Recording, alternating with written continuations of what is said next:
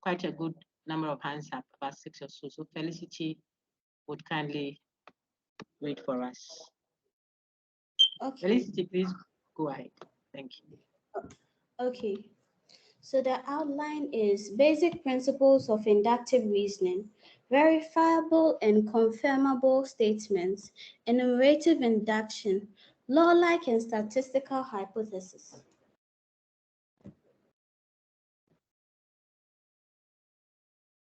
Very good. So by the end of the session today, we are hoping to be able to understand inductive reasoning, which is what I think your discipline needs, rather than much of the deduction. The deduction is fine. We added a few of them, but you see that I've not gone into the modus ponens and modus tollens. It's more deductive inclined, where we look at if this, then that, this has happened, therefore that. Those are patterns of thought, rigidity. There's some rigidity there.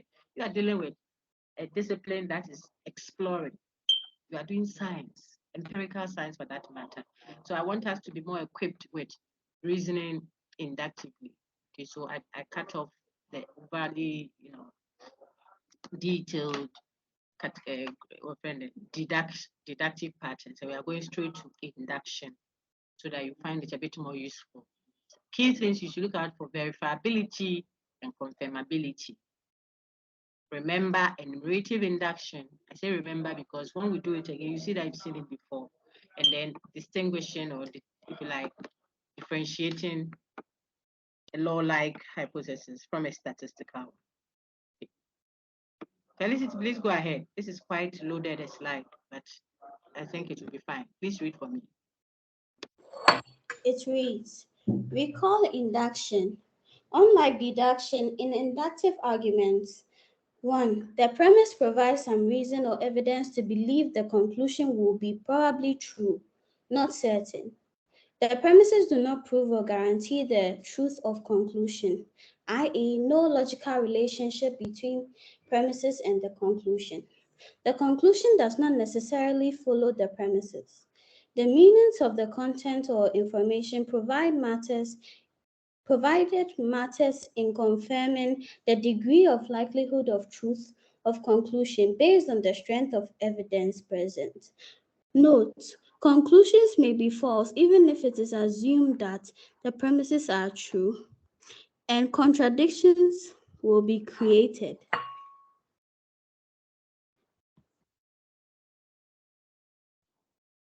Very good. So on your screen, you will see a recall. We are just trying to remember this saw when we discussed deduction and induction, how we distinguished a reasoning that is based on the pattern. If we were to take the premises to be true, it required of us to have to accept the conclusion also as true, else we would have created a contradiction. That one was deduction. Then that was contrasted with another kind of reasoning, argumentation, where even if you accepted the premises to be true, the evidence to be true, it would not necessarily mean that you have to accept the conclusion also as true. That one we called induction. So you could have an argument like, remember the ones I said, most Ghanaians are hospitable. My mother is a Ghanaian, so she is likely hospitable. That's an inductive argument, a strong one at that. But I started with what? Most. So if it were true that most Ghanaians were hospitable, and it was also true that my mother is a Ghanaian, then it gives us good reason to believe that she too will be hospitable. On our screen now, you would see that that means the more evidence I have that corroborates, that supports the conclusion I'm doing in inductive argument. If I have more evidence, then it increases the degree of likelihood. It makes it more likely to be true. If you saw the first pregnant woman she delivered in 9 months. The other one too delivered. 7 other people in other hospitals also delivered. They all delivered in 9 months. It makes it highly probable, degree, highly probable that pregnant women then deliver in 9 months. Of course, it's not a certainty. So when we looked at the normative laws versus the empirical one, we said empirical laws are arrived at based on what? The probability. We look at how probable it is. How probable what is that generalization is, given what? The instances that corroborate it. In other words, for you to draw a general conclusion that is inductively strong, you should have more what? Evidence, empirical instances, that is it, that support it, that corroborate it. If that happens, you shouldn't say you have proven that there's no. Language is wrong. Because proof, what a proof means water cannot enter, cannot. So if you say it's a proof, it cannot be otherwise. That's what you mean.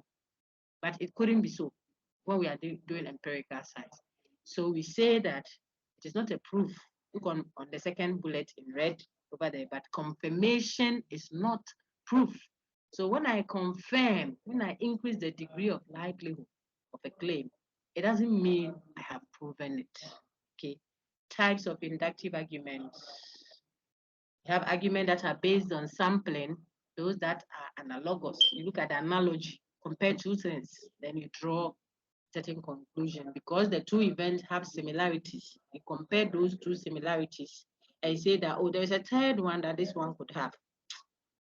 I don't see that one yet, but because it shares a lot of things in common with the first one, I presuppose that it will also have that analogy, compare. I'm not going into all of those. That's why I just give a summary view. You can do an analogy. You can check the cause and effect reasoning around it.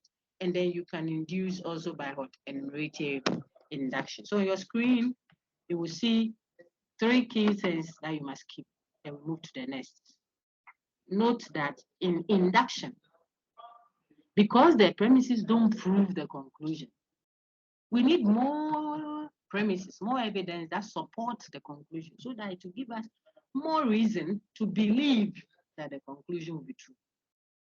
The more evidence, therefore, that we have that corroborates the claim we are making, the higher the degree of confirmation. That's one thing we've studied so far. We have also quickly been reminded that you've affirmed, in other words, you have a lot of evidence that supports something, some general claim. Doesn't mean you have proven it, because there is always the possibility of what? A counterfactual disorder. There's always the possibility of an opposite to the fact that you have captured in that general claim. Okay? Then we just saw some instances, examples of inductive argument. When we did deductive argument, we saw examples, modus ponens, modus tollens, and the friends over here. We are seeing types of induction to be what? Argument based on sampling, argument based on analogy, and enumerative induction was any questions? If it is a question, don't worry, just unmute and ask. If it is not a question, then my dear Felicity, please go ahead. Kindly read what I projected now. Let's explain. Some It examples. reads, examples of inductive arguments. 1. 80% of politicians are lawyers. Mr. Kofi is a politician, so he is a lawyer. Few Ghanaians are hostile to foreigners. Dede is a Ghanaian, that she is not hostile to foreigners. Ya is a woman and she cheated. Ajo is a woman and she cheated. Mansa is also a woman and she cheated. Therefore, believe me when I tell you that all women are cheats. 2 out of 5 women like rich men. So, women like rich men. The security man was the last person to leave the building last night, so he is responsible for the theft. Then practice. Activity 1.5, pages 148 to 149. Distinguishing deduction from induction. Discuss. Very good. So let's interrogate it together. If you look at example 1, it is just like my example that I gave a moment ago, so I don't want to repeat that. Most Ghanaians are hospitable. My mother is a Ghanaian, so she's hospitable. The example one has that pattern. Do you think it's a strong or a weak induction, and why? Let me take your views. If I gave you that evidence and the evidence were true, will it give you good reason to believe the conclusion to be true? I see only one hand. It's Felicity's hand that is up. Any other? I see any other? Very good. Very good. That's more like it. Okay, so let me take Trey now. I saw Elvis, Emmanuel Tavia, Samuel Soa as well, and so on. Trey, go ahead. Do you think it's a strong induction or a weak one, and why? This is a strong induction. Provide Very good. Very good. Yes. Why? Yes. Because of the word most, Okay. meaning the majority. Exactly. Very good. But the one on our screen now, Quran doesn't have most, but it says 80%, and we know percent means over 100. So 8 out of 10. That's quite a big number, or 80 out of 100 of politicians are lawyers. Remember that this is not saying that is actually true. We can't be talking necessarily about whether it is true. What makes it a strong induction, like Shrey said, is if we were to assume it to be true, people, if we took it to be true that 80% of politicians are lawyers and Mr. Kofi is a politician, it will give us a high probability that then he is also a lawyer. Okay. How about example 3? Will it be a strong or a weak induction? Ya is a woman and she cheated. Ajo is a woman and she also cheated. Mansa is also a woman and she cheated. Therefore, believe me when I tell you that women are cheats. Strong or weak? Let me go and check whose hand is up. I moved the slides. Oh dear. Very good. So many. Ephraim, Sakite, is it strong or weak? Madam, please, weak. Why? It's paining you that they are talking about your sister. Eh? Your sister is a woman. Why? Yeah, madam, I feel like the premises, it doesn't give enough evidence for us to conclude that. Excellent. Excellent. That's what I'm looking at. We don't have enough. That's all. We don't have enough. There isn't sufficient evidence to even draw that conclusion. This alone will tell you something else. When we get to the final unit, we'll do unit 10, informal fallacy. Okay. It tells you that this is not enough. So that fallacy will be called hasty generalization. We'll learn it later. For now, Secretary is right when Ephraim tells you that the person's reasoning is weak. The evidence is weak to support the claim. So it's like a small boy that has been asked to push the car. As I push the car out of my compound, and the person you're asking to push is a 3-year-old or a 4-year-old. How can he push it? He doesn't have the arms to do what you wanted to do. That's what is happening in this kind of induction. It doesn't have the weight, not able to do that pushing. Okay, so this should be a good clue when we start doing informal fallacy. But for now, just to help you remember the types of reasoning we called induction. And so far, so good.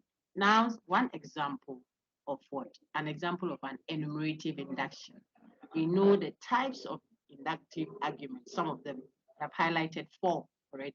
They're taking one of them because of how it is instrumental in scientific research or empirical study generally. Enumerative induction, from the word to enumerate, to count. So that kind of induction where the evidence is counted. We count several particular instances of that object, of that claim. Particular is not the same as general. We'll see it shortly. You count several instances that are occurring in observation. And then based on that, you predict for the general. You say that, oh, I dated Amma on your screen now. She's a woman, she cheated. I dated Ya. She was also a woman, she cheated. Mansa, Afi, Zainab. all the women I have dated cheated. All the women. And now the person's conclusion is so all women are cheats. This is the pattern that, if you like, scientific study often takes. Now I've projected one that is more like science. And an enumerative induction pattern of reasoning, which concludes with a conclusion that is what general or law-like in nature. Universal generalization, that is, or law-like generalization. Remember, the law doesn't respect anybody. Law is no respecter of persons. So it doesn't exempt any of the metals in the conclusion. Look at the conclusion that it says all metals expand when you eat them. All metals, not all the metals. It said all metals.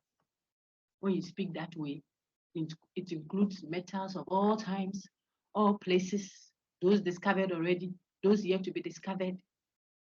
When you speak that way, you are speaking infinite past, infinite present, infinite future, infinite.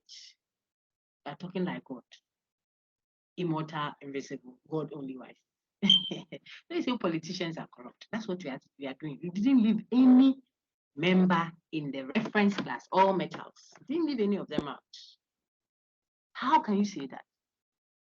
When all the evidence you have is about particular instances of metals that you have engaged. That copper strip expanded when heated. That gold ring expanded when it was heated. That brass saucepan expanded when heated. That these are particular instances. You corroborate them. You enumerate them one after the other.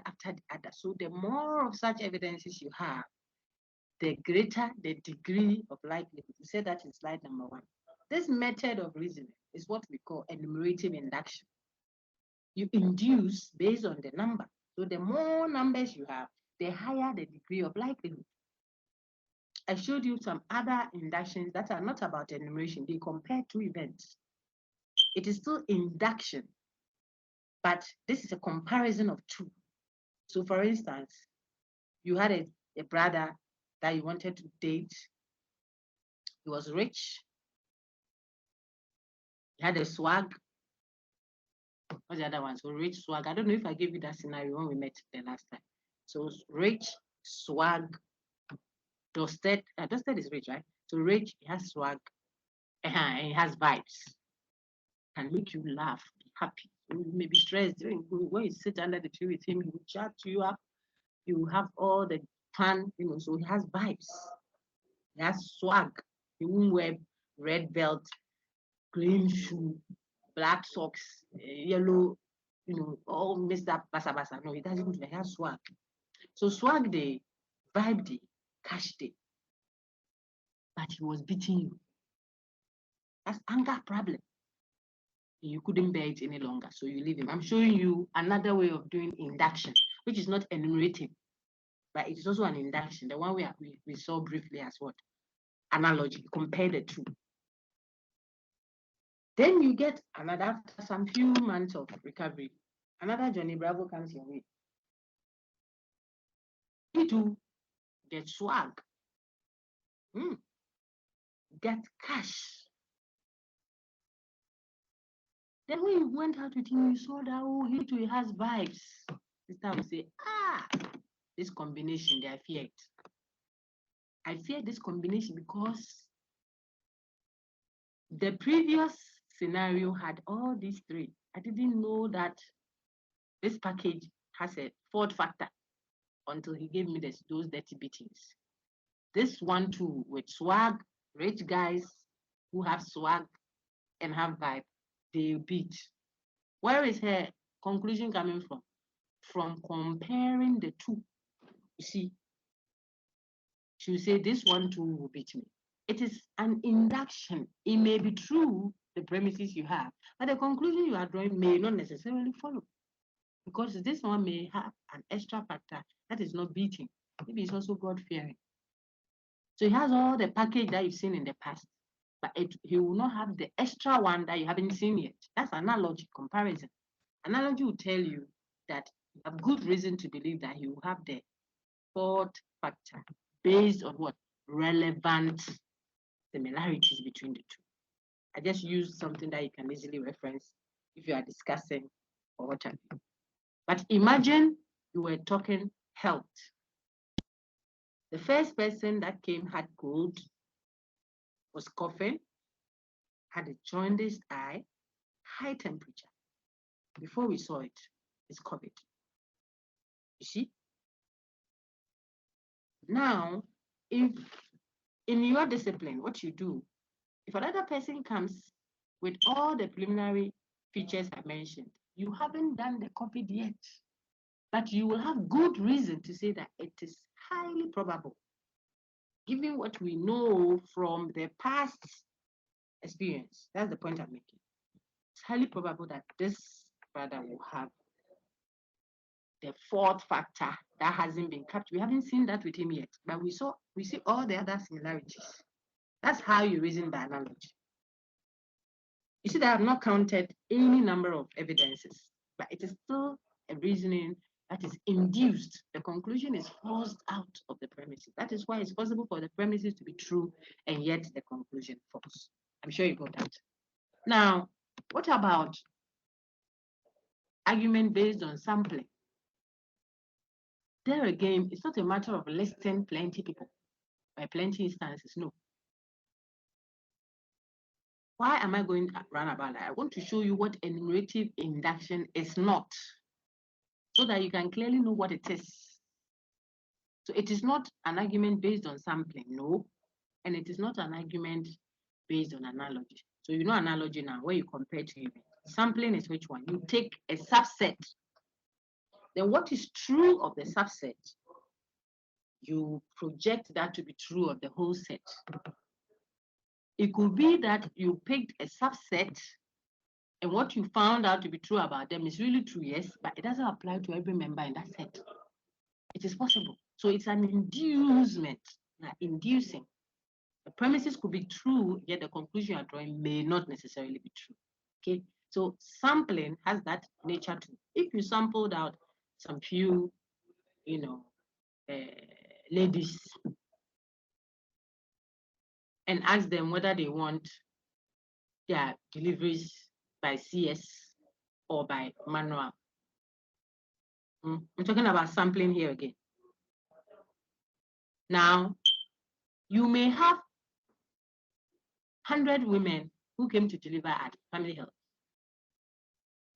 You sampled 20 of them. And they said, oh, we prefer CS to the manual or the self-delivery. Okay, 20 is a good number for 10 if you are doing a sample. But I tell you, the 20, even if you like sample out half of them or 80% of them, yes, let us make it outrageously, extremely possible. Okay, so you have 100 patients, you want to make a claim about 100, you interviewed 80 of them. Wow, that's a good sample. They all said, CSR, CSR, we like CS. I tell you that it is still possible for the 20 left, maybe even the 20 left, only 5 of them to say we don't like CS. Yes.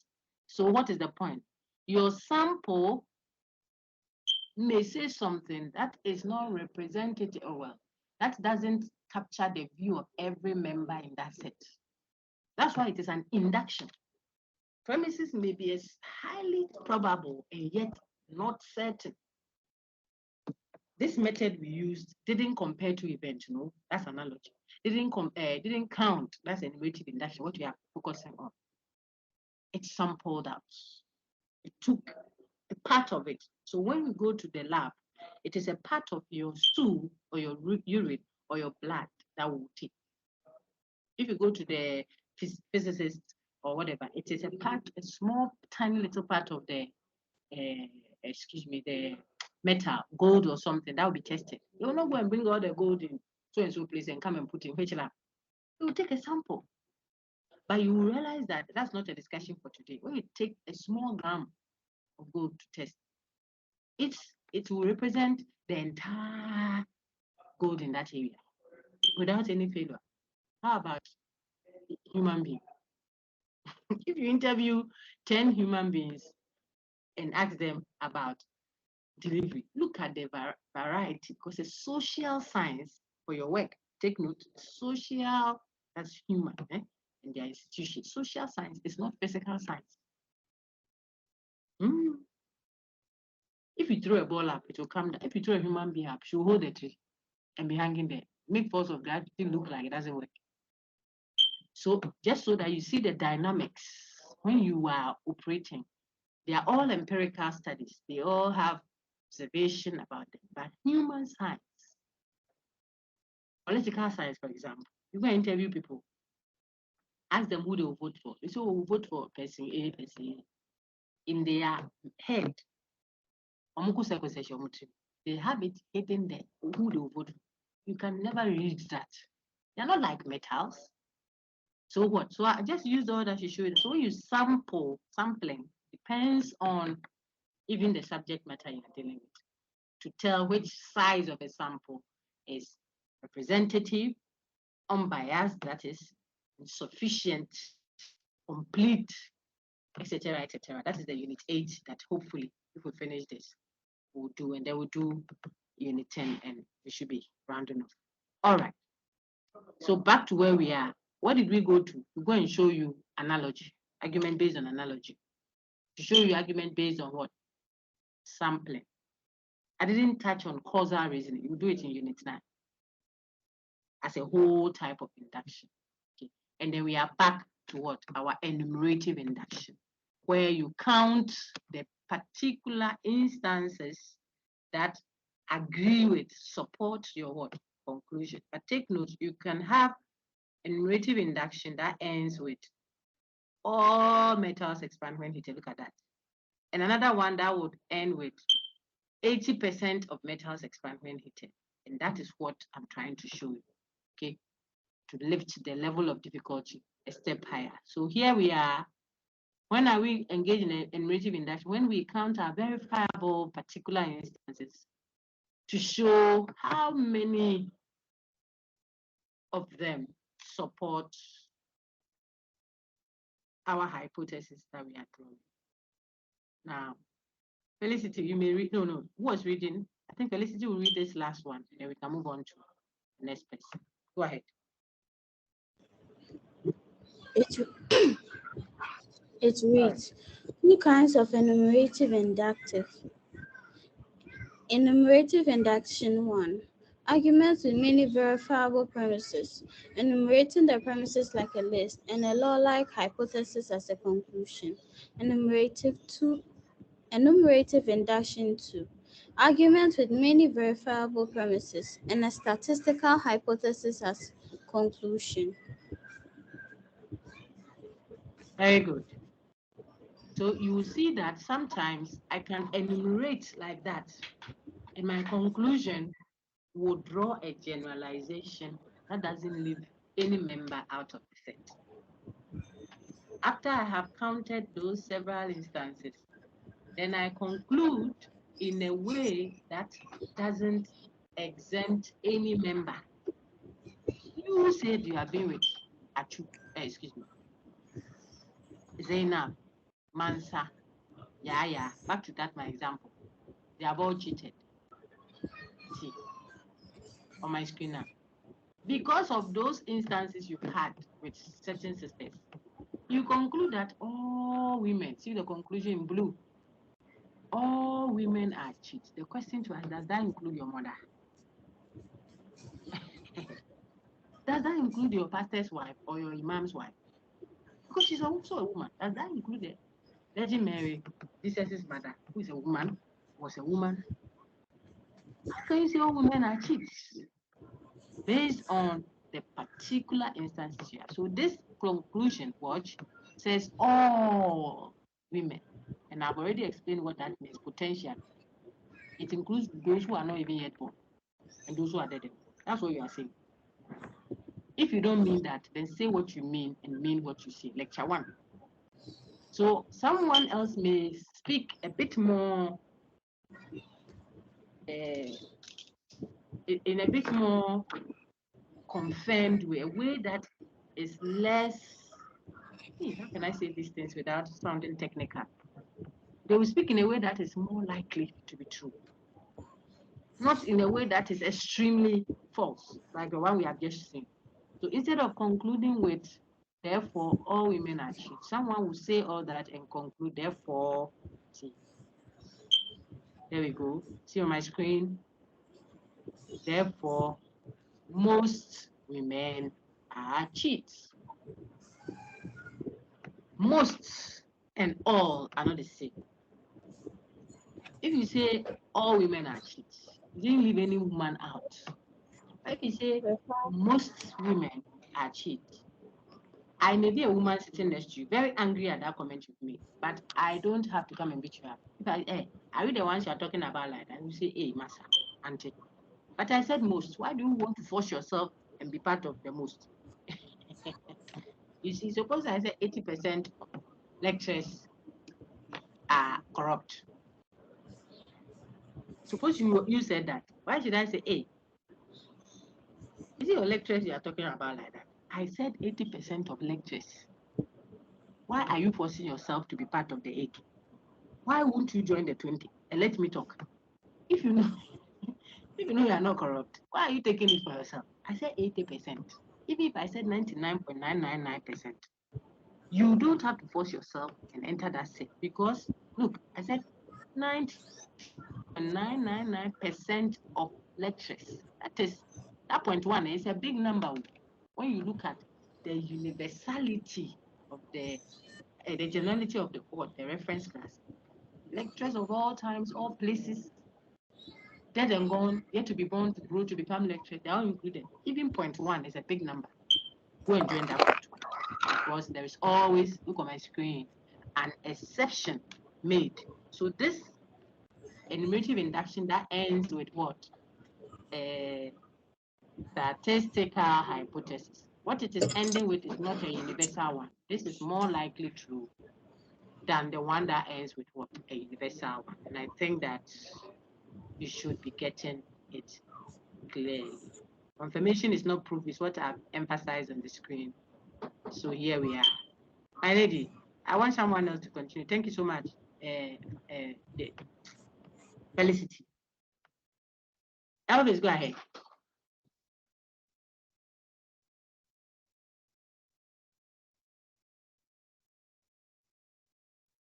Okay. Verifiable versus confirmable statements. A statement is verifiable if it has a finite or specific or countable reference class as a particular statement and is therefore directly testable. Example, that man is a bully.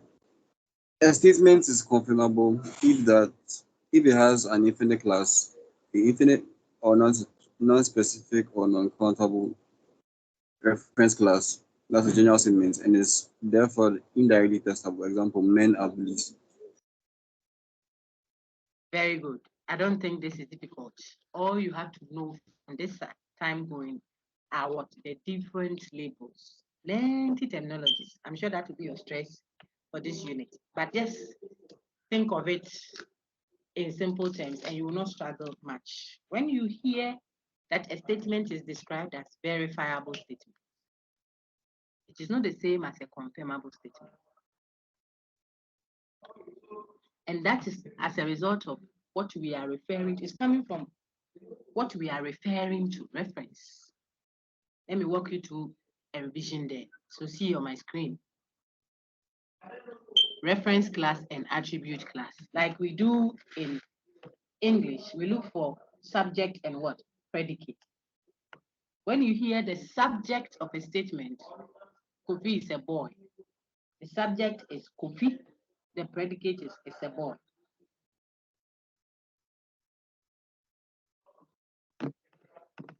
Kofi is specific. If I were counting, I'll finish counting. Kofi. If I say that man on my screen now, that man is a bully, we can test directly to check whether that man is a bully or not, because that man is specific. Not just, you see, the specific can confuse you. So let me use the countable. You can finish counting. You may put a CCTV camera in his room and check how he relates with the wife if we are trying to investigate something. But if I say men are bullies, why are you going to put a CCTV camera? If you put it even on all men on earth now, what you are saying is not about only those who are on earth. You say men. It includes those boys who grow up to become men. They are inside. Before Sister Slay Queen and Brother Johnny Bravo will meet, to even say, I love you, I love you, I love you, I love you. And they will become husband and wife and get pregnant and give birth to a child who will be a baby boy, go to Montessori. Come to class 1, class 2, class 3, JHS, family health, become a woman. A man. Before he will go through all this process to become a man, you are talking about him already being a bully. How do we check that? So we are not talking only about even existing men currently. When you speak this way, how do we directly test? We'll come back. So I'm showing you particular statement versus general statement. A particular statement has a reference class. I said, remember subject. The attribute class is what the predicate, what you are saying about the reference. What are you referring to is the reference. What are you saying about the reference is the attribute. Okay, so if I say that man is a bully, the reference class is what? That man. What has that man done? Oh, he's a bully. Giving you an information and predicating, saying something about that man. That's the attribute class. If the reference class, therefore, is countable, is the one that you can finish counting, then we call it a particular statement. See how I took my time? I want you to sink in. Particular statement. If the reference class is not specific, it's not the type that you will ever finish counting, potentially there will always be more. We call it a generalization. It's a general statement. So you have generalized. Those are the two types of what? Statement. Particular statements versus general statement. Why do we need that? Because that will help us distinguish statements that we can directly test. But we need those that we can directly test to help us in our investigation of that disease and in our investigation of what possibly could have caused the swelling on the woman's cheek who came to your hospital. It could be a slap from the husband. It could be a fall. You need to investigate. We want statements that have finite reference class to serve as our evidence so that we can draw a generalization as our conclusion. Okay, let's go slowly. So which ones have a directly testable posture and which ones are indirectly testable? If the statement has a finite reference class, now you understand. A reference class that you will finish counting if you were to start, then it is a particular statement. It's not a general statement. It's not a generalization. The one that we won't finish counting is the one we call what? A generalization. Now, just a little addition, then we'll go and try and see if we understand what we have been doing so far. There are two ways of generalizing. Good. The one that generalizes extremely to cover every member. Remember when we looked at enumerative induction a moment ago, we saw an enumerative induction that ends or concludes with what? A universal generalization. We have just seen one. Doesn't leave anybody out. It's universal, applicable everywhere. No one is left out in the reference class, I mean. Okay. Another name for universal generalization on your screen, keep watching, please. Is what? Law-like generalization. I told you it is like a law. The law doesn't leave anybody out. It applies to everyone, or it should. Okay. So universal generalization or law-like generalization doesn't qualify the set with any exception. Every member is affected. Which member? In the reference class. Men are bullies. Women are corrupt. Give me examples. Politicians are this, are rich. That kind of, if it rains, then the ground will be wet. Whenever it rains, the ground will be wet. Whoever throws a ball up will come back to you. Social deviants are the result of broken rules. All these are not making any exception to the set. They are law-like generalizations or what? Universal generalization. Then where you have generalized, though, but you have made an exception, have exempted some members in the general set. The set is general, it's not specific. You won't finish counting that. But you make an exception. You leave some members out from the way you are speaking.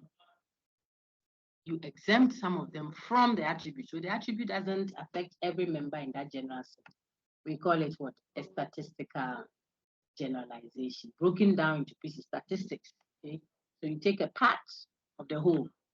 That whole is still a general set, but you are referencing a part of them. We'll call that statistical generalization. There, please read for me.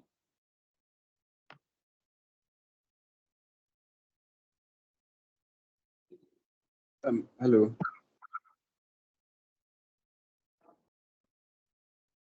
Can you see my screen, please? Yes, please. Please read for me.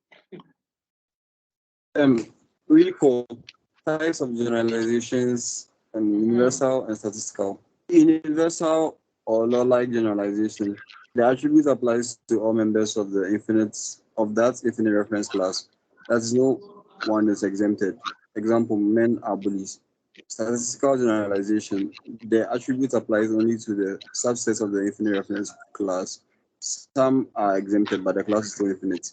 Therefore, a generalization. Example, some men are bullies. Note, the reference class tells you whether a statement is general or particular, as well as the type of generalization. Very good. So look on my screen now, please. Practice. Then we'll go back to where Felicity did a summary for us. Why we call a certain statement verifiable. And so we describe it as directly testable and therefore useful as evidence only because it has a finite reference class, only because it's a particular statement. See the link?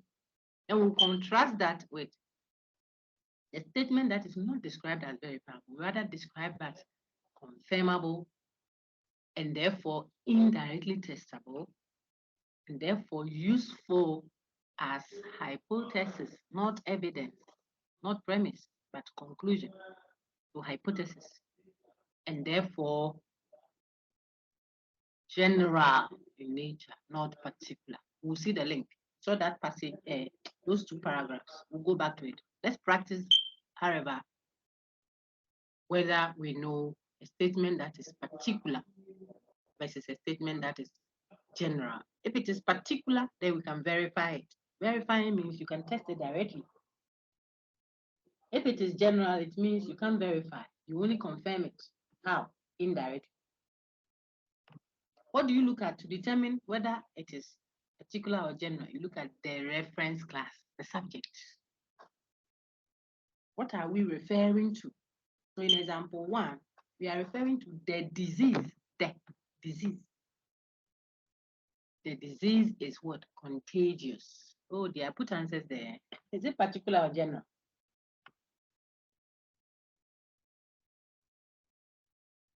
Particular.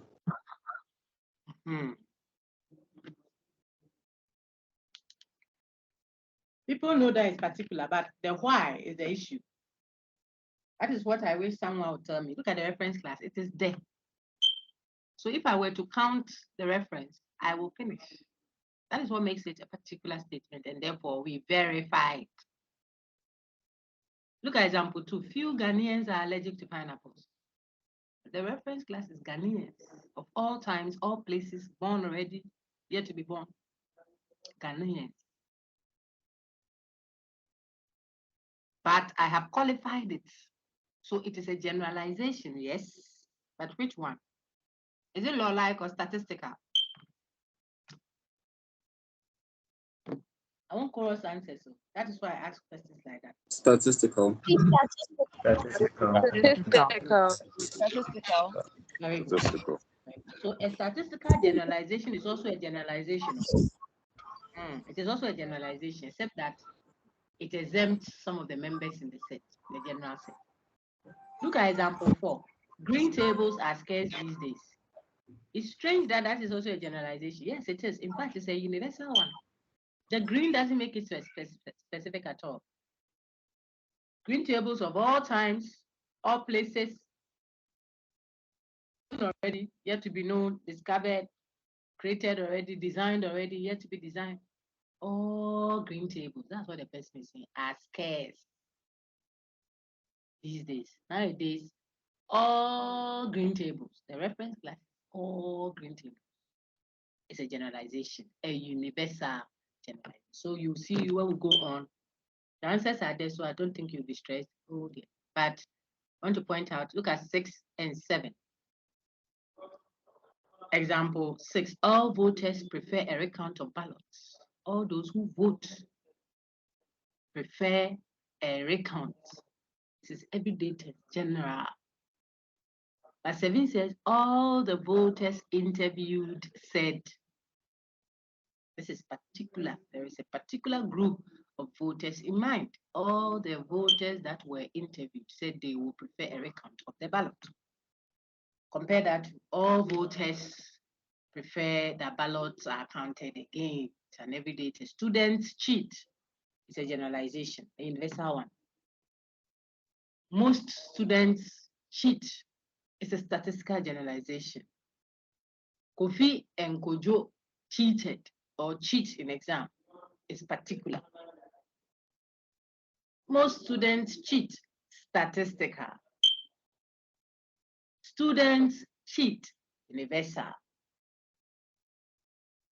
Both the statistical and the universal or law-like ones are describing a generalization.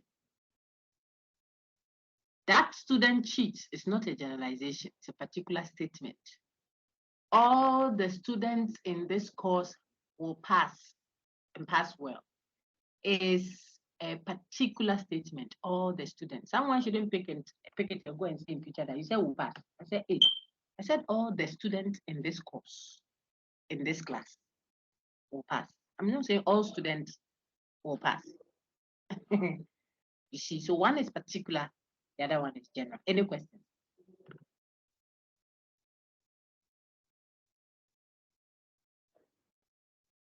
Okay, I'm sure you're preparing for the IE, right? You write an IE.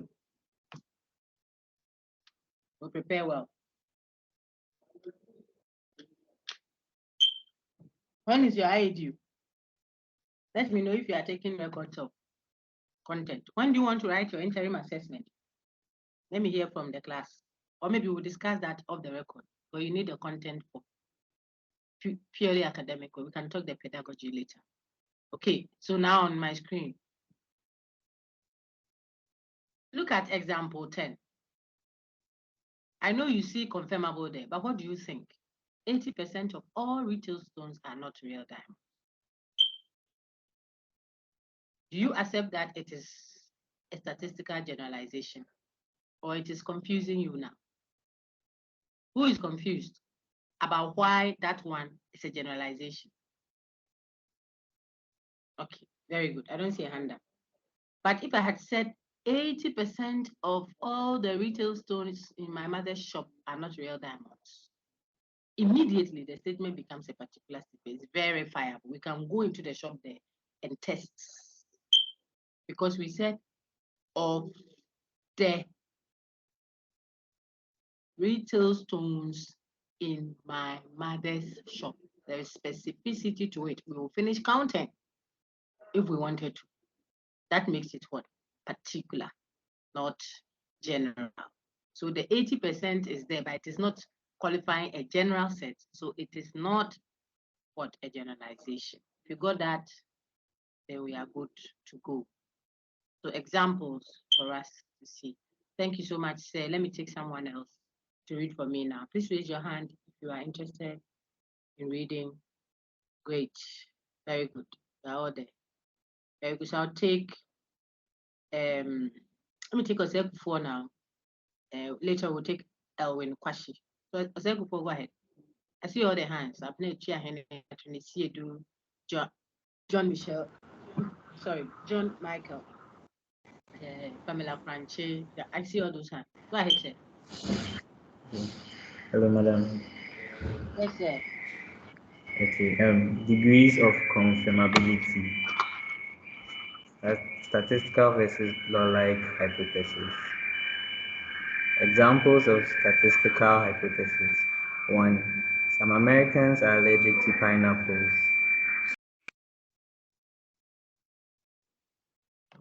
Sorry, my brother. I think your background is quite uh, uncomfortable. If someone is listening, it can be very offensive. So let me take someone else, okay? Thank you for offering to help. I'll take, I think I mentioned the name. I should have read after him. Madam, me. Please go ahead. Thank you. Elwin, go ahead. Some Americans are allergic to pineapples. 80% of all retail stones are not real diamonds. Most Christians worship on Sundays. Few Africans approve of same-sex marriage. 2 out of every 10 men are egotistic. Examples of law-like hypothesis. No cat is a dog. All voters prefer a recount of ballots. No student registers unless forced. Ghanaians are hospitable. Alcoholics are womanizers.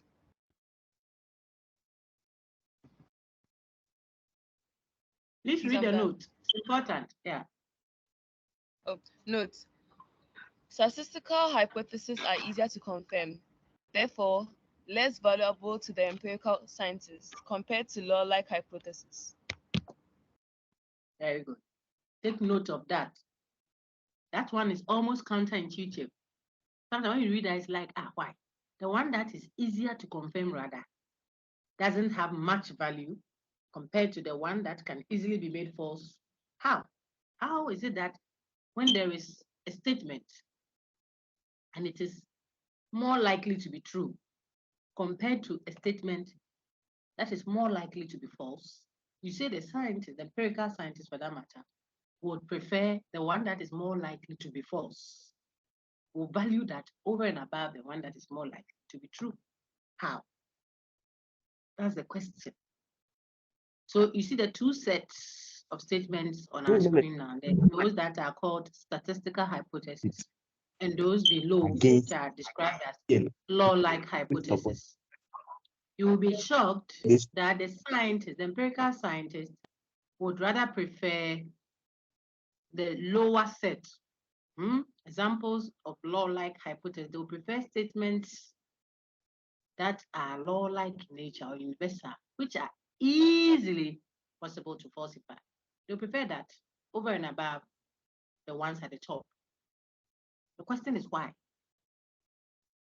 We want you to make a note of that. If it comes to confirming them, making them true, which ones are more probably true, more likely to be true, the ones at the top, statistical hypothesis claims, will be more likely to be true, easier to confirm than the second set. Yet, the scientist prefers the second set over and above first set.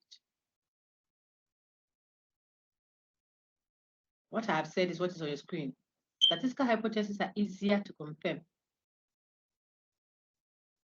yet less valuable. It's a shame, yeah. Law-like hypotheses can easily be false. It can easily leave you, yet they are the ones that the scientist takes care of, gives her the best treatment. I call them the Leah and Rachel's story in the Bible. But don't worry. One can easily be false. You can easily lose that one. They take care of it more. Let's find out why. Why is falsifiability, look at my screen now, a value to the empirical scientist? Why does the empirical scientist value statements that can easily be made false rather than those that can easily be made true? Why? Please read for me.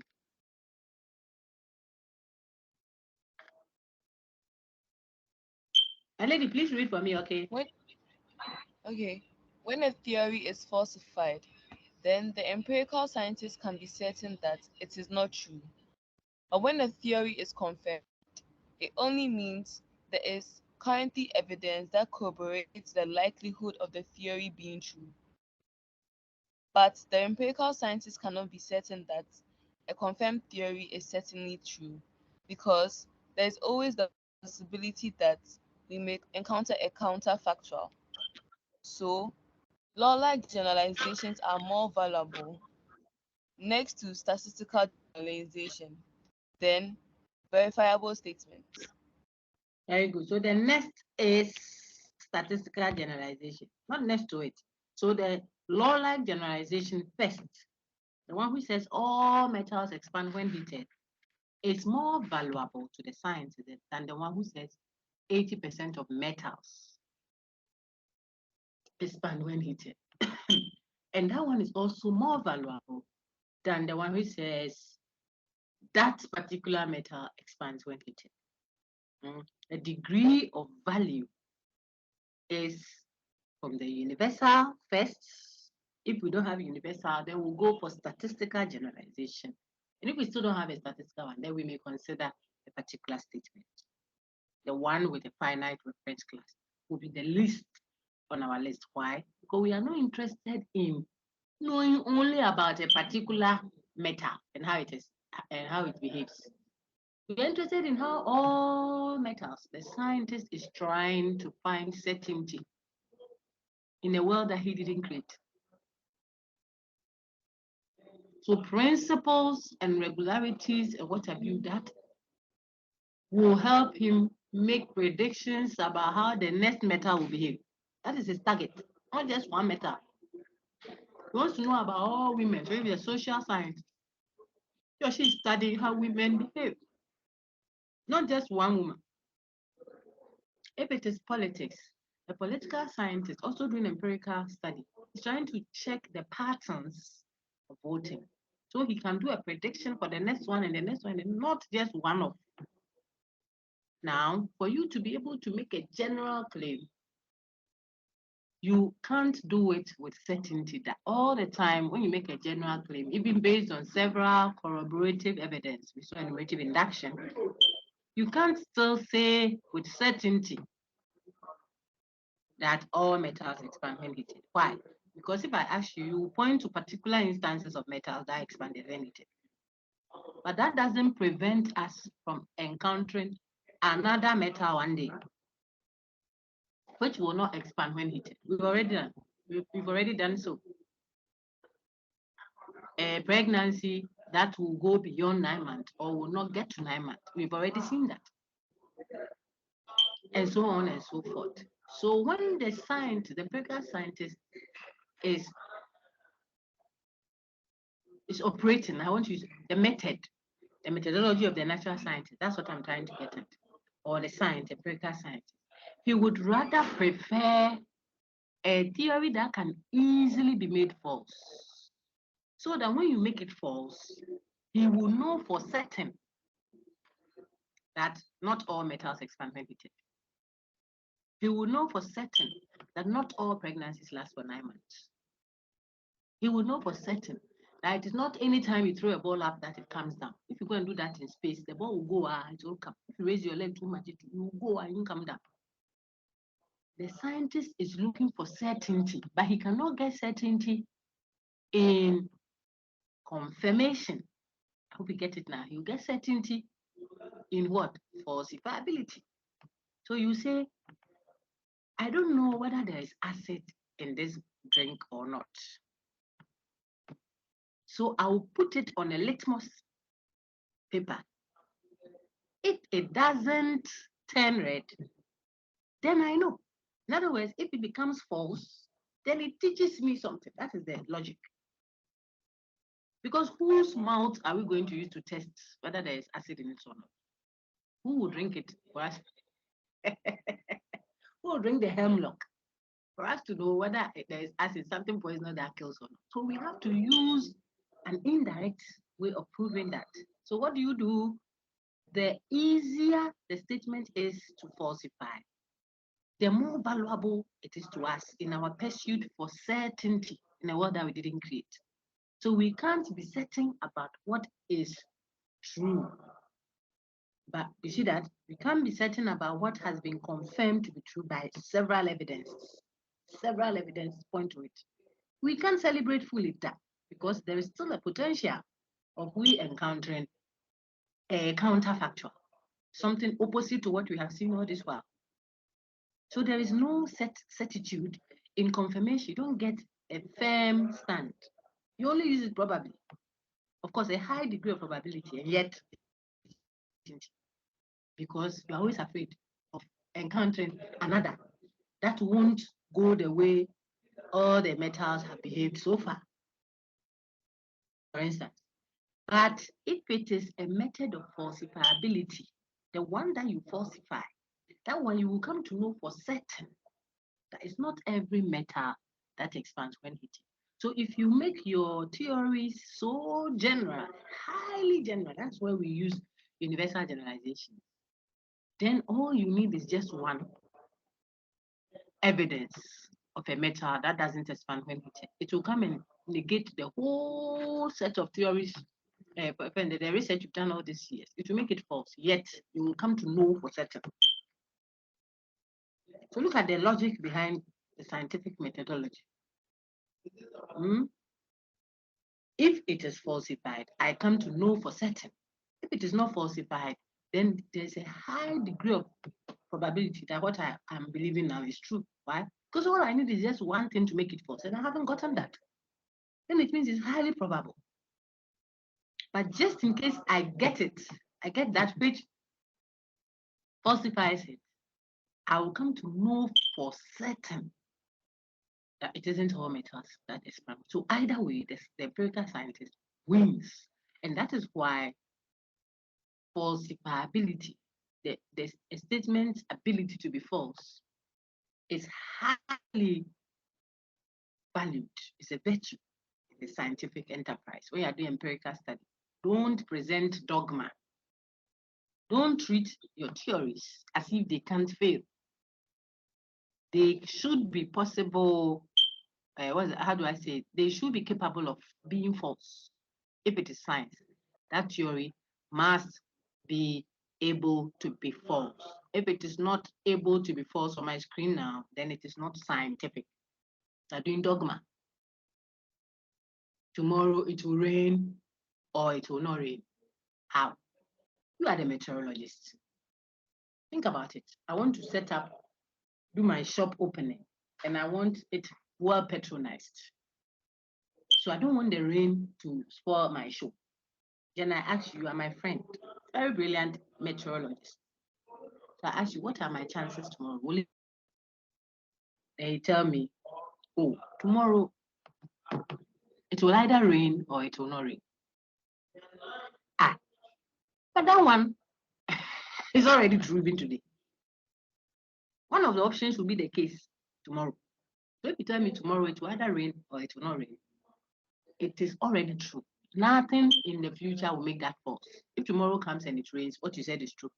If tomorrow comes and it doesn't rain, what you said is still true because you said it will rain or it will not rain. A statement or its negation necessarily true all the time. It's a tautology. It's empty of empirical content. There isn't any content in it. It is empty. The scientist is looking for empirical content that helps us to navigate the world, a world we didn't create. The scientist is looking for predictive power to predict what next. That is what we are looking for. So if you give a statement that don't allow us to go and test anything, watch testability, then it is not a science. So statements that are protected, whatever happens makes them true. We are going to play a football match. I ask you, what do you think the chances of Barcelona is going to play some cheap team like Real Madrid? You ask me right now because Messi is in PSG. PSG is a team. All the others have become children. Then you ask me, you see that I can't say anything. I'm talking. If you want to get your opportunity, they say, oh, but right now, I'm talking. I said there's only one team now, PSG. Is Messi still with PSG or he has moved? Wherever he goes, that team becomes the best team in the world. Okay. Now, I agree. Messi is going to he's still there, right? Hey, If he madam. goes to brother. So Messi is going to play a match and we ask you, are the panelists, the news anchor says, so what do you think that, or the one who is what, how do you even call them? The one mediating, so that the anchor says, what are the chances of PSG in this match? Will they win tomorrow's match? Then you say, oh, tomorrow's match there, PSG will win or PSG will not win. Massa, that one is already true. That's not what we have to tell us. Will they win? So that if we go and they win, suppose you say they will win. When we go and test and they will say, oh, what Nancy said is true. Nancy, she can predict. Oh, tell us they will not win. When we go and they win, we come and say, oh, Nancy too. These are predictions, they don't work. Oh. Either way, we are going to test it because what you have said can be false. That is what makes sense to go and test. So we go and watch the match. Testability is inspired by what? Falsifiability. The fact that that expression can be false is what makes us go and test it. So if I say next year, Ghana will have a female president, that's a testable statement. That's scientific. It's just a matter of wait and see. You will either see, when we finish voting, we'll know who won, whether the person was female or not, to establish the truth or otherwise of that statement, okay? But you're a panelist. When we ask you, say tomorrow, Basa will win or Basa will not win. Doctor, will my wife give birth? Oh, wife, she will give birth or she will not give birth. The thing is, she will give birth or she will not give birth. Before I left my home and came to the hospital, I knew that that's necessarily true. She will give birth or she will not give birth. I want to know whether she will. Tell me, oh, she will.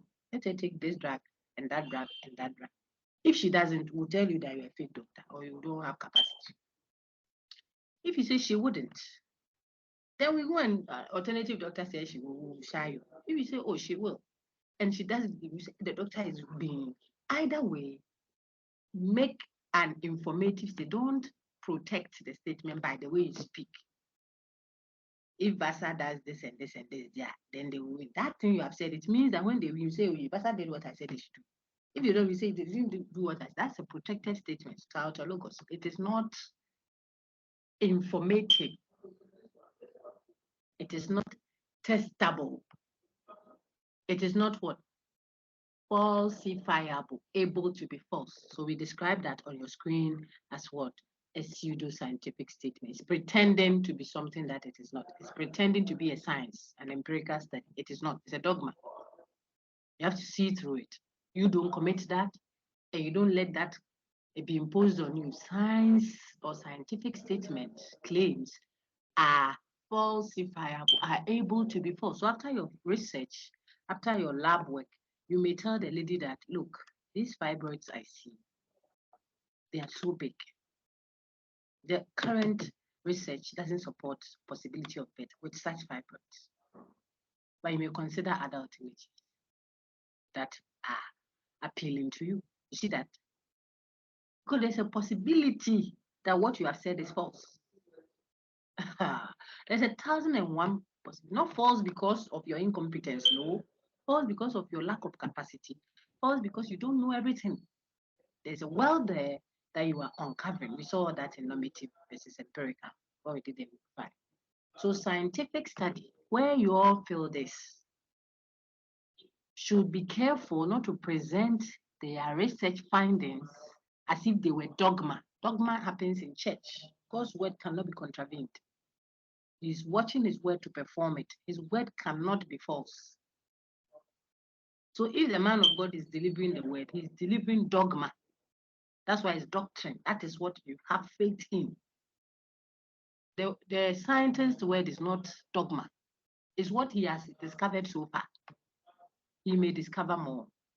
He may learn more of what has been discovered. He may have another perspective. And so present it as a claim that can be falsified.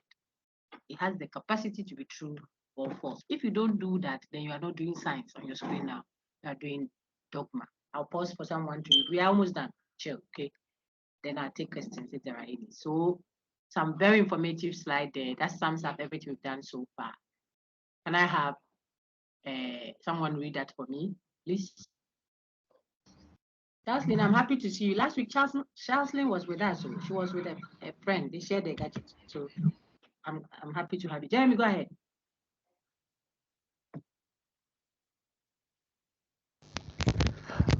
Empirical Yes, I'm content, here. I'm listening to you. degrees of falsifiability, and predictive power. The more general a statement is, the more empirical content it has.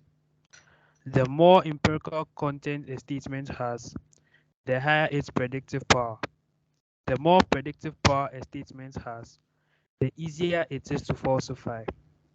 The easier it is to falsify a statement, the more valuable it is to the scientist. Very good. You will see that this thing I put on the screen, plenty words, nothing much. They are all about what? The reference class. What are you referring to? I won't go beyond this slide. We'll build on it when we meet next week. But take note. If I had said that man is a bully, that metal expanded when hit, then that man compared to those men sitting under that tree, compared to 60% of men, compared to all men. I'm sure that you are seeing what I'm doing. That man, one reference class, it will have less empirical content. It will be saying something about less people than if I said those men. Those men would definitely be more than one, maybe two or more. That one will also have more content. It will carry more information about people. Remember, I told you the scientist is not looking to answer to only one matter. No, he wants to tell you about more. So the more people in that set that the information is about, the better it is for the scientist in his work. So that man is one. Those men, two. Both of them are particular statements, but those men is more valuable than that man because of the empirical content. But if I say 80% of men, the scientist will be happier because here it is general. But yet his happiness will be more fulfilling to be higher up there if the generalization didn't leave anyone out, like this one just did. So he will prefer what? The universal generalization. All men have done so and so and so and so and so. From that one, if he doesn't have a universal generalization, then he will pick what? A statistical one. If a statistical one is not there, he might be inclined to pick a particular one which has more reference class, like what I just said. And then the list will be the verifiable one. What the scientist will abhor, will hate with all his energy is a pseudo-scientific statement. A statement that doesn't have any empirical content at all. Nothing. There is nothing to go and test. It is not referring to any particular thing that is there. I am either happy or I'm not happy. But that is necessarily true all the time, whether there was any word called happiness or not. Because A or not A, there's a logic to it, but I don't want to worry you with the deduction, the rules and laws. No. Let's let those who are doing law and physics and what have you, you are taking care of health. So let's focus on that. But there's a logic to it, and I will symbolize it for you to see. A or not A is necessarily true. One of the sides will always be the case. Like the seesaw, when one side goes up, the other side will come down automatically because of how I spoke. A or its negation, the very A is negation. So A or not A. So if I take in A, not A will immediately go down. And if I take in not A, A will immediately go down. So all the time there will be one of the options up. Meaning that one of the alternatives is always true when you speak like that. So that statement will never be false. It's a disjunction, not a conjunction. A or not A. Anytime you speak and say, I will pass the exam or I will not pass, that's necessarily true, even if you don't write the exam, because of the meaning of terms. Now I'm back here. So now that you know empirical content from one, where you have only one member, to where you have several with exemption, or where you have several with no exemption. You know that now. Degree of empirical content will now determine the degree of falsifiability. how easy it is to falsify a statement depends on the empirical content it has. Now you get it. So the universal one would easily be falsifiable. The statistical one will be next. And then the last one will be what? The particular one in terms of falsifiability. The same thing also influences the power to predict. So if I have universal knowledge about men, that men are bullies, I know about all men. That's what I mean universally. It means there's no exception to the set. Let me speak well so that people don't misinterpret what I'm saying. So if you know that, you know something that is true of all men, all metals, then it gives you a higher power of prediction. If you were told that, hey, men are not reliable, not reliable men. This is a disgruntled woman corrupting the daughter now. Not advising. How can you say all men? Mema, men, they're not reliable. They're not like pillows. Can't rely on them. So she's saying that if you let that enter your head, as soon as you see any X, take note, any X that is a man, you say, hey, there comes cheat. Because the person showed you, gave you a universal generalization. So the person just showed anything that is X, that is man, will be cheat. You have a higher power to predict. Water is a good conductor of electricity. That means if it is water, if it is really water, then it will conduct electricity. That gives you more information so you can predict what is going to happen, even in a movie or even in your compound. When you are seeing through the other house, there's flooding and the electric cables fall into the fire and the lights are not off. Into the water there, it has fallen into the water and the landlady is stepping out of her room to step into the water to remove her things from the line. She won't stay inside. You are in the neighboring house, you will shout because you can predict what is going to happen because of what you know about all water. Prediction is the power to predict goes high when you have what? Universal generalization. Next will be what? Statistical generalization. The least will be particular statement. As for pseudo-scientific statement, they don't give any predictive power. So I don't want to build on it, but look, if you were just to go through the rest of the slides, you see it's all about see some instance, see some trial questions, and they would have been done. I don't know if you want us to finish it. Just 3 slides left. What do you think? This is not for you. What do you think? Class rep, we have 3 slides left. Should I top up? I know that you get so stressed, so I like to keep it. Please, let's call it a day. Okay, because I am also tired. I want to eat now. I've been stealing my meat one after the other when you are reading, but now I'm hungry. I'm dreaming. So this is where I want us to pause. What is left will just be some trial questions on what we've done so far. What have we done today? We have learned. Let's go up and then do that in 2 minutes or so. We are looking at inductive reasoning in the sciences and everyday life. We saw our outline. For my screen, please. Then we try to remember what induction is when we distinguished it from deduction. Then we saw some very vital reminders about what an inductive argument does and what it doesn't do. Doesn't prove. It confirms the likelihood. We saw types of induction there. Some examples to help our remembrance. Then we went into enumerative induction, a specific type, and how it is done. We saw the 2 versions of enumerative induction. One having a higher degree of what? Confirmation, being likely to be true. That's the one with the what? Statistical hypothesis as conclusion. Has a higher degree of likelihood, confirmation that is, than the one that ends with what? The universal generalization. Then we saw a typical example of that. See. Then the one that ends with the statistical, that's an example on your screen, explaining the one that is likely to be confirmed. And then we saw confirmation is not proof again. This is repetitive, just to make a point that we had seen earlier. Okay, then we saw a summation of all that we have done so far. So when a statement is verifiable versus when it is confirmable. We said in each instance, it is all about what the reference class. If you're able to tell what the reference class is, it will trickle down to whether it is directly testable or indirectly testable. It will trickle down into whether you should say you are confirming it or verifying it, whether it is particular or general and so on. They all border on the reference class. We saw that they went to revise how to determine whether a statement is particular or general. See? And we saw the types of generalization on a screen, and then everything summed up again. Why we use a verifiable statement as evidence and not a confirmable one.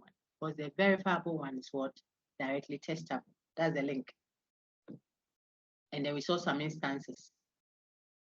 And then we tested a bit more our understanding of degree of confirmability. Yet we are shocked that it's not a confirmability that is valuable to the scientist. Rather, look, the falsifiability is what the scientist prefers. All about what the reference class. Why? Because a falsifiable statement, we said, gives you, the scientist, the certainty you're looking for. It gives you certainty indirectly. So when it negates your theories, when your theories are negated, then you become certain about some knowledge about the world. Then we showed why a pseudo-scientific statement is not appreciated at all because of its lack of testability and its lack of falsifiability. I gave you instances to show you that. And then we ended on this slide, which summed it all up, connected it to show you that if it has, a statement has a good empirical content, high number of them, then it will be easier to falsify. And that will mean it will have a higher predictive power. And we pause. It's left with only 2 substantive slides and then the trial, the trial one to test whether you got the concept. We can start our session next week with that, God willing, if you want it. I'm done. I end the recording and take questions. Any questions, please?